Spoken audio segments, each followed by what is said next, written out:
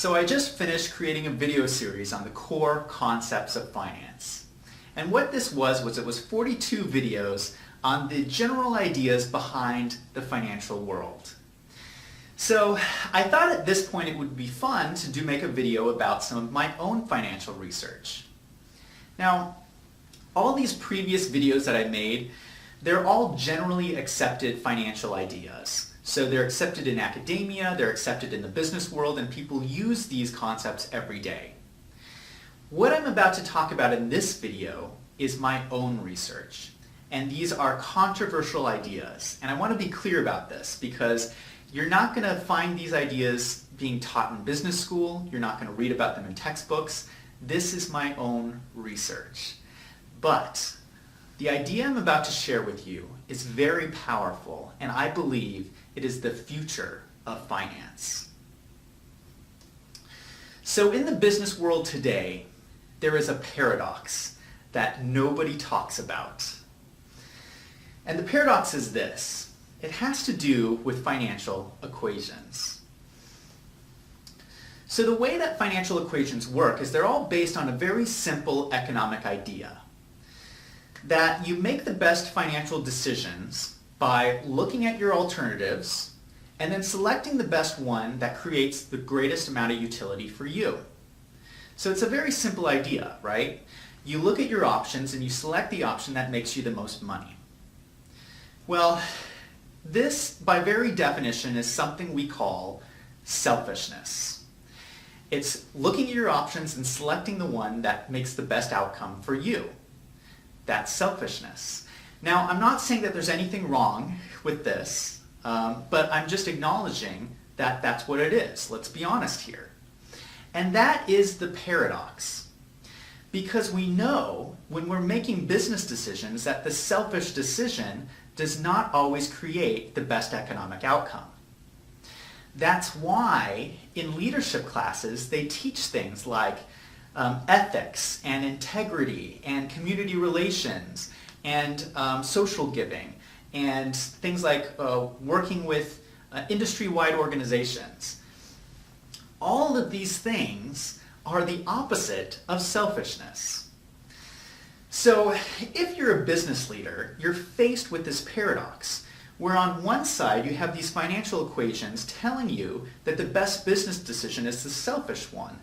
And on the other side, you have these other methods that suggest the best business decision might be something different.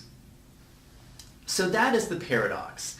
And I want to give you a very concrete example of how this plays out in the real world.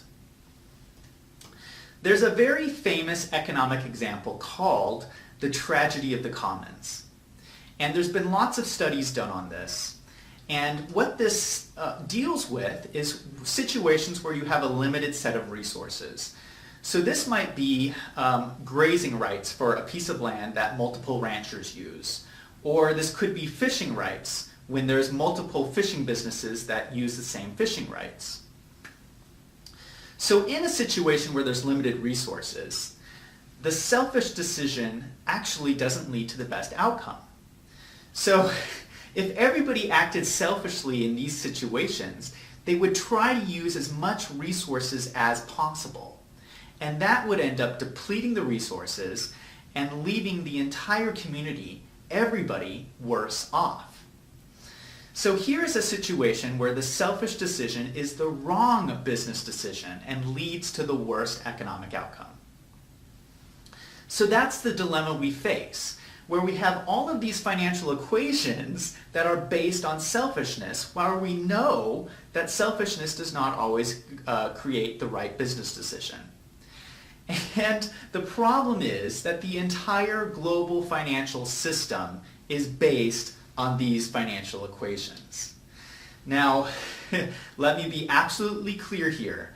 I'm not saying that there's anything wrong with the global financial system. And I'm not saying that there's anything wrong with these financial equations.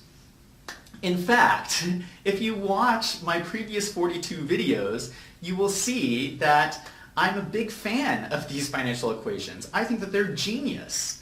And I find that they're very useful in business. But what I'm saying is that I'm acknowledging that there's this paradox.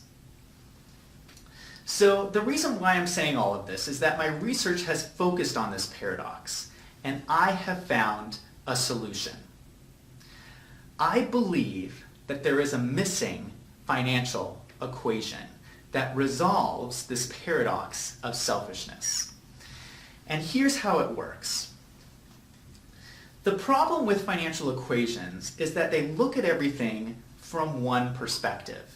So it's one person looking at their options and then selecting the one that's best for them. So it's one perspective. But the reality is that every financial transaction takes place between at least two different people, right? And so what this new equation does is it looks at every financial transaction not from one perspective, but from two perspectives. Now, the great thing about this approach is that you don't have to change anything about the previous financial equations. All you're doing is you're layering on top of those equations this new equation. And why this is so important is that we all exist within these social networks of relationships. And so what you're doing is you're using financial equations that model the complexity of transactions that are happening within this social network. And you're not looking at things from just one perspective, but you're looking at them from multiple perspectives. And what this does is it creates more accurate financial equations.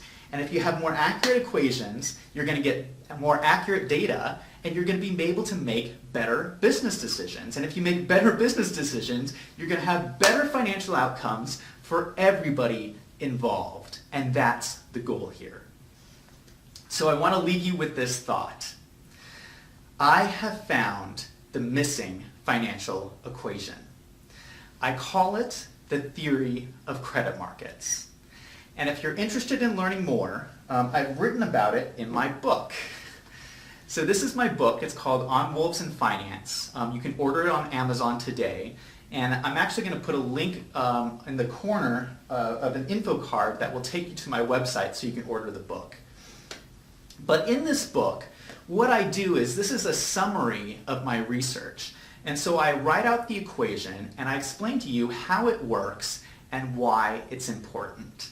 So I encourage you to go check out this book.